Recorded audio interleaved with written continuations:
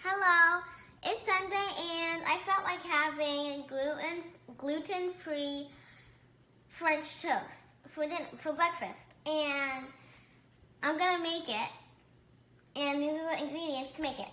So first you're going to need gluten-free cinnamon raisin bread. Then you're going to need vanilla. And then you're gonna need cinnamon, eggs, and milk. So let's get started.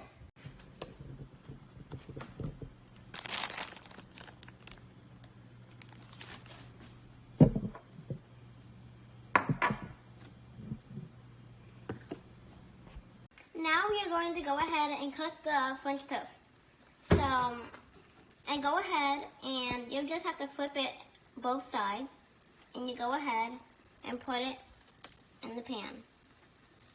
And now you have to wait for it all to dry. To cook.